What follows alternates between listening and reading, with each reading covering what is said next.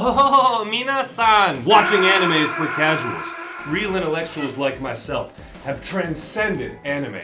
After watching at least one, we can tell the entirety of the story and the narrative just by the opening visuals and the music. Let me show you. Yeah, I know that was really cool. Please put your pants back on. Here's the plan for today. We're on randomanime.org. We're gonna be generating anime that I've never seen before, and I'm gonna be guessing the plot based on only the opening visuals and the music. And in the later rounds, we're gonna try just with the music. And some of you smart folks might be saying, Luca, you're begging for a copyright strike. I know. This isn't my first rodeo. I'll change the music in post. And the first anime that I generated on this site was indeed Gokuko no Brynhildr, which is a drama, fantasy, mystery, sci-fi with hashtag female harem, hashtag gore, and hashtag seinen, which I really want to explore myself, but I'll do it on my own time. So we'll regenerate a new anime so you guys can see what we get. I think this is actually going to be kind of easy. Sin, Nanatsu no Taizai, 7 Mortal Sins. Ecchi fantasy yuri, hashtag demons, female protagonist, love triangle, nudity, primarily female cast. Okay, I've heard of this anime before. Surprise, surprise, I actually haven't seen it. Alright, here we are. Sin, Nanatsu no Taizai, opening HD. This is not 7 Deadly Sins. It's actually not bad so far, but I can see how it might be a female protagonist anime, because, of course, they're nude. Oh yeah, baby. This is gonna tell me absolutely nothing. Every single character is gonna be sexy, I can already tell. Okay, she seems like she might be the absolute protagonist here. Gluttony, lust, pride, envy, wrath. It's just 7 Deadly Sins, but sexier. Except it happens in Tokyo. Okay, and there's like a coalition of sins. I understand. Another hot girl. Ooh! She's kind of a troublemaker, though. You don't want to mess with her. Wait, though. It's kind of going ham. Also, I'm gonna put all the anime openings in the description so you can listen along. Because I want you to feel the same thing I'm feeling. The Dragon Balls are coming out now. There is a war. There is a war that is happening due to everybody wanting the power. Well, I don't know what that was supposed to be honest. Excalibur. Is she the evil one, or is she the main character? No, the main character's gotta be the blonde one, I'm telling you. Wow. Holy shit. Okay, I thought that these anime were going to be way more predictable than that. So what did we get? We got the coalition of 7 Mortal Sins. We got a lot of fights, and we got something happening in Tokyo. How do we put all this together? Also, I'm obviously going to be using this picture to help me, and I think that the blonde woman in the middle is what's making me think that she was the protagonist. I think that she was perhaps born a human, and then the rest of the 6 Mortal Sins find her at some point, maybe when she's in high school or in college, and tell her, listen, you were reincarnated as one of the 7 Mortal Sins. In particular, no, she can't be lust. What could she be? I feel like greed would be evil. Envy is just a side character. Man, I think I gotta go with pride. I think she's pride, and then they bring her to this coalition because there's gonna be some sort of huge holy war. Reason being is they need to choose a new chairman of the 7 Mortal Sins because the last pride died. So this blonde woman is now entering this magical mystery world that she never thought she'd enter before. But she tries to become the new chairman of the 7 Mortal Sins, and by the end of the anime, she actually does become it. There's also a lovely cast of side characters, if you can even call them that. They're the rest of the 7 Mortal Sins. They're hashtag demons, hashtag love triangles. There's a lot of nudity going on, a lot of love, because lust obviously is one of the mortal sins. However, you might think that every single one of these demons is actually lust. So let's check the description now. Lucifer, an archangel and former head of the 7 heavenly virtues, is banished from heaven after revolting against the Lord's will. Okay, so there was some banishment. While plummeting from the skies, she's halted halfway between heaven and hell after crashing through the roof of a high school church. I'm so fucking goated. I'm so good. I'm not even close to right, but I've got the themes here. Though she's witnessed by Maria Totsuka, a soft-spoken student at the academy, Lucifer swiftly continues her descent into the depths of hell. Soon after her arrival, Lucifer is found by an aspiring demon lord and fangirl Leviathan, The two decide to overthrow the seven sins, the authorities of hell. Okay, I was wrong there. Under the leadership of Belial. But with their combined powers, the seven sins are able to repel Lucifer and contain her divine powers by placing a garb of punishment over her body, transforming Lucifer into a demon lord. Garb of punishment. I would not think that that's part of a hashtag nudity anime, but okay. Longing for revenge and accompanied by Leviathan, Lucifer makes her way back to Earth, where she forces Maria to become her immortal slave. Together with her new accomplices, Lucifer sets out on a mission to subdue the seven sins so she may be free of the curse brought upon by her garb. So Lucifer must have been that person in the blue attire with the huge sword with multicolored eyes. Do I think that the anime opening did it justice? It's really tough to say without watching the anime. For visuals though, I can kind of see it. I don't know how much the music helped me, but I understood that there was some sort of battle. I definitely understood that there was some high school thing going on because it happens in the real world, and you can kind of tell that they're demons. So I'm gonna say for the visuals, probably like a 7. It's not like it spoils the whole thing, which would be a 10 out of 10 under this circumstance. And I think for opening itself, the music, I'd give it probably like a 4. It's very generic, kind of bumping, but did not help me with the plot. And for myself, I think I'll give myself like a 6, 7, maybe like a 6.5. I was kind of right on some things. I missed like a lot of huge plot points, but I think I got the overall motifs pretty good. Alright, Nanatsu no Taizai was pretty fun. Let's generate our next anime. This time we've got Shijo Saikyo no Daimyo, Murabito ni Tensei Suru. The greatest demon lord is reborn as a typical nobody. Classic. Action, ecchi, of course, man, come on. Alright, let's see what our next anime is. Regenerate random list. Basilisks. Koga Ninpocho. Okay, action, adventure, fantasy, historical, romance, supernatural. Hashtag ninja, hashtag seinen. Alright, I mean, I've got some experience here. Alright, show me the Basilisk. Very ninja forward in literally every way imaginable. Are they lovers? Are they friends? Are they a team? Yo, I'm about to rap if Japanese lyrics don't start starting in 5, 4, 3.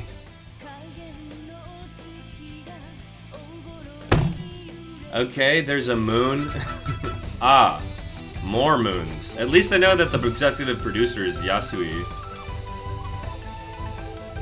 I'm not gonna know anything. This is gonna be impossible to tell. Okay, this is giving me a little more. Evil. He's evil. Oh my gosh, so evil. Ah yes, the elders of the village, who trained him initially. Our boy. No. Don't leave her! What? But she died already? Ah, another ninja. How does she move with fucking 2 cannons like that? Just a lot of ninjas. There just seem to be a lot of ninjas in this show. Which, you know, while I am an expert, it doesn't seem to be helping too much right now. Fuminori Kizaki, did you do a good job with this? I don't know, I might give you a low rank. Okay, right, they're definitely lovers. Yeah, this one is gonna be tough. I mean, really all I got is that we've got 2 lovers. One is the protagonist male ninja, and the other he is fighting for some reason. I'm gonna go ahead and say that she's cursed by someone, like some evil, another Orochi ninja. He's got those 2 elders who he was trained with, and he's the only person that can stop an evil group of ninja taking over the world by using the forbidden arts. And the main villain was the guy who smiled from the fog. And they all use swords. It's probably the best we've got, man. Wow, this description is way longer than I thought. It's like 5 times longer than every scene in the opening combined. For centuries, the Iga and Koga ninja clans have engaged in a bitter war. But when a ceasefire is ordered by the powerful warlord Ieyasu Tokugawa, the 2 clans are forced to put down their arms. Years later, Genosuke Koga, heir of the Koga clan, and Oboro Iga, heir of the Iga clan, have fallen in love. Okay, it's a Romeo and Juliet? Fuck, it's a romance. I should have thought. Through marriage, both heirs aim to bring peace to the clans, but their hopes are dashed when flames of rivalry between their clans are reignited and they're dragged into another war. I see, okay. Torn between their love for each other and duty to their clans, Genosuke and Oboro must ultimately decide the fate of their clans. That last paragraph was like not needed, man. I feel like our first 2 paragraphs basically gave us the whole thing about the show. Honestly, the visuals, in retrospect, what do we think? I guess you get that they're in love, you get that there's gonna be some bitter battles going on, but other than that, There's not that much. So I feel like I can't give it higher than like a 6. It's very standard. And then the music itself, I think I'd give it a 6 as well. Because looking back, it was kind of love motif in the background while this battle shit was going on in the foreground. And another Luca, man, maybe like a 4. I guess that they were in love. And that there's gonna be fighting. Hashtag ninja, hashtag seinen. Alright, Tonari no Totoro. Oh. Right. Okay. Da da da. Comedy sci-fi. No hashtags. It's not even hashtag female protagonist. I'm excited for this one. Looks like we've got an older anime here. What is this supposed to be even? The planet Earth. Oh, no, different planet actually. Aliens. They're just having a good old time right now. It's a slideshow. I love these. How? Okay, I can read the lyrics at least. So she's the protagonist, our blonde girl is the protagonist with a UFO. And her heart feels empty for some reason. Is that her brother, her best friend? Her heart is rowdy in this chest. Flapping its small wings, and then there's also a baby involved. It's comedy, right? I gotta think that it's comedy. Wow, okay. Some sort of secret slice of life comedy anime that has to do with aliens. That's what I'm going for. Aww. That's kind of sweet. Are they a family? Are they supposed to be working together? No, because they look... The little baby, yeah, the little baby looks like the mom. You know, it's not helping that its fucking name is Da Da Da. What am I supposed to know about that? Although, I know exactly what Dan Da Dan is about. I don't know, man. I'm gonna go ahead and say brother and sister. Brown hair dude is brother.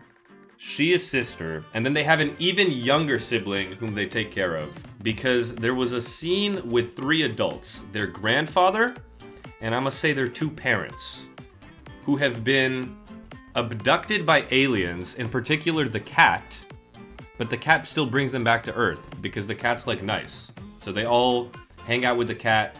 Maybe these guys go on some interstellar adventures as well. Yeah. Huh, short and sweet. Miu is an 8th grade girl whose parents have been hired by NASA. Close. They take off to America. Honestly, to Japan, that may as well be a different planet. Leaving Miu with Mr. Sayoniji. Later, Mr. Sayoniji decides to go on a 1-year-long trip to India. May as well be a different planet to Japan. Leaving Miu alone with his son, Kanata. Okay, they're not brother and sister. More complications arise when an alien baby and his babysitter pet crash lands in their house.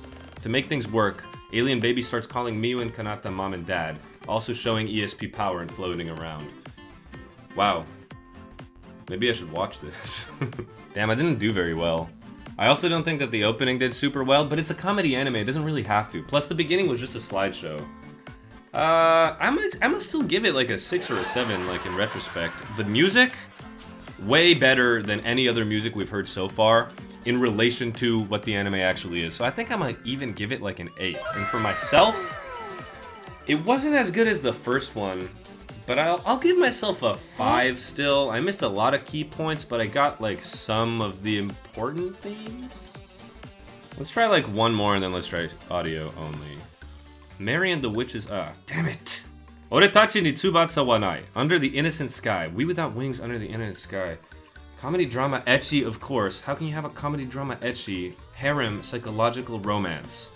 This is the most jam-packed anime I've ever seen. Alright, let's do this, girl. Alright, I could only find this with 360p, so bear with me. Alright, I have to think that this is like incredibly jam-packed. Give me something, man. Okay, we're in Shibuya, and she's in school. Oh, but she also has visions. Maybe she's looking for her. And he looks a little edgy. Actually, they have superpowers. They turn into different people. But our protagonist is the only person that doesn't turn into a different person. Okay, and a lot of bird imagery, because they are the wings under the innocent sky. They all have regular jobs. But like at night or when something specific happens, they turn into something else. How does it become ecchi though? Oh, well, okay. Oh man. Fuck me. This might be the hardest one yet. Because I have no... She's an angel? They're angels! Those are the wings under the innocent sky. They're definitely angels. They're trying to get back to heaven. Or they're taking people to heaven. Ladies and gents, I think this is going to be my worst one yet. Why are there snowflakes on these wings too? I think that they're angels. But it's a romance anime as well. Okay, so it happens in Tokyo. We know there's Shibuya. They're probably in school. And I think that the main cast of characters all has some sort of spiritual connection with one another. Due to the outside influence, perhaps, of angels in the kingdom above. Unfortunately, not that much even happens in the opening. It's like, we just meet a bunch of side characters. So maybe the side characters were also sanctioned by the angels or God to help everyone on Earth fall in love. Because they're soulmates, and they're remembering their previous lives. Guaranteed, actually. Oh my god, it's long again. Haneda Takashi has a secret he cannot speak of. To leave his dull school life, he was supposed to have escaped to another world. However, he's reeled in by certain ties on his heart. Soulmate? One of these is Kobato, his awkward young sister. The other is Watari Asuka, his negligent girlfriend. Chitose Shusuke is a poor freeloader. What happened to the other people? He passes his days working at various part-time jobs. Then he's not even a freeloader! One day he has a disastrous first encounter with Taimaizumi Hiyoko.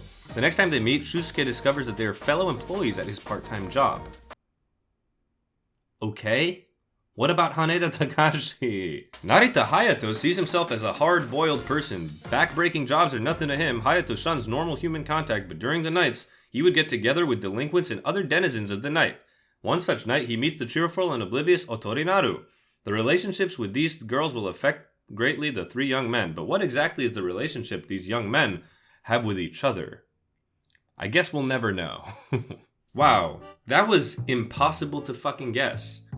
This doesn't even really sound like a manga. If I had to make a guess, this was a visual novel adaptation. That being said, visuals, man, I think I'm gonna give it like a 4. It's really tough to do something like this visual-wise, but I didn't get anything from it. And then the music, I think it's another 4 from me. It's really, really tough to guess. Me, however, giving myself a 2. Alright, for the last anime, we're gonna regenerate, and then I'm gonna try just to listen to the music. I don't think that's possible. I guess we'll have this as well. Maho Shoujo Lyrical Nanoha. Okay, action, comedy, drama, magical, supernatural, female protagonist, primarily child cast. What a way to end. Primarily female cast. What a way to end. Alright, here's what I'm gonna be doing while I'm listening to this music. I'm just gonna be sketching what I think is going on. Yeah, okay. Lyrical, Nanoha. Oh my gosh, a boy. What's he doing standing there? Wow, I think they love each other. But it's friends to enemies, maybe enemies to friends. Maybe both. There's another girl involved. She's also got a sword. She has much bigger boobs than the first girl. Oh my god, another boy? Too bad. This one's evil. Oh my god, a demon lord. How are we gonna defeat him? Holy shit, they all have to go enemies to lovers and defeat the demon lord. His name is Satan. What is a lyrical Nahoha? Now I'm realizing that it probably has to do something with music. Oh. And we get to the climax of the song. People running, people fighting, people jumping off of buildings, dragons moving all around them. The moonlight sparkles down, cherry blossoms in the wind, the water, and I look off in the distance. Should I even add music while I'm singing all this? Probably, cause my singing's not that good. Oh my god, the demon lord's right there. Can I defeat him? I've got to try with my boyfriend here and my girlfriend here. Yes, I'm bisexual. In real life, I'm not.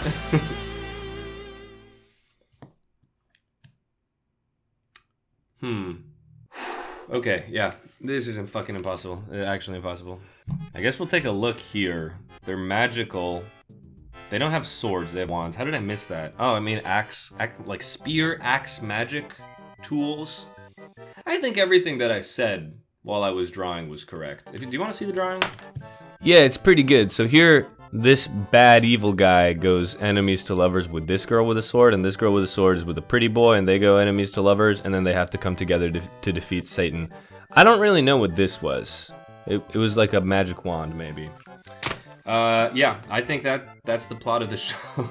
Nanoha Takamachi. Duh! Ordinary third grader who enjoys spending time with her family and friends rescues an injured ferret that she had dreamed about the night before. The next day, the ferret cries out to her telepathically, asking Nanoha to save him. The ferret reveals himself to be Yuno Skraya, a mace from another world who's trying to collect the dangerous 21 jewel seeds that he accidentally... No, wait, fuck, Luca. They can't fall in love. They're 8 years old. He enlists Nanoha's help, gifting her the magical wand Raising Heart, and teaches her how to become a powerful mage, and that's all he teaches her. Days later, after reclaiming a few of the jewel seeds, another mage appears, Fate Testarossa. I knew that there were 2 girls, though, for some reason. Stronger than Nanoha, Fate refuses to divulge her reasons in trying to collect the jewel seeds. Nanoha senses a melancholy in her eyes, but Fate refuses to communicate. Directed by blah blah blah. We don't like giving credits on this channel. It's a story about the clash of emotions when goals collide. The visuals, I don't know. You watch it and let me know. The music, I don't know. Maybe if I was listening to the lyrics, I can speak Japanese to like a conversational level. I wasn't listening to any of the lyrics though. That was a huge mistake. Does it matter though? Regardless, I'm gonna give myself, I think honestly still, a 2 here. Fuck. Because I knew there was magic, and I knew they were girls. Totally forgot that they were, like, super minors though. But if you enjoyed this video, please consider liking and subscribing. If you want to see more like it, or if you have suggestions for anime that I should do this for, drop those in the comments down below. Also, if you have any suggestions for future videos, games to play, series to cover, real world things to do, community discussions, IRL, anything. Everything I do for you. So drop those down as well. And go check out other videos on the channel. We have a whole library of variety content, stuff like this, stuff that's very different. I'm trying to think of new ideas for the channel all the time, just so it's not stale and boring, so that we can have a fun time, as fun as possible. Bring YouTube back to some sort of golden age, you know what I'm saying? Nicheless variety content. So go check it out, it really helps me out. Until next time, I love you, and goodbye. Can't wait for that copyright strike.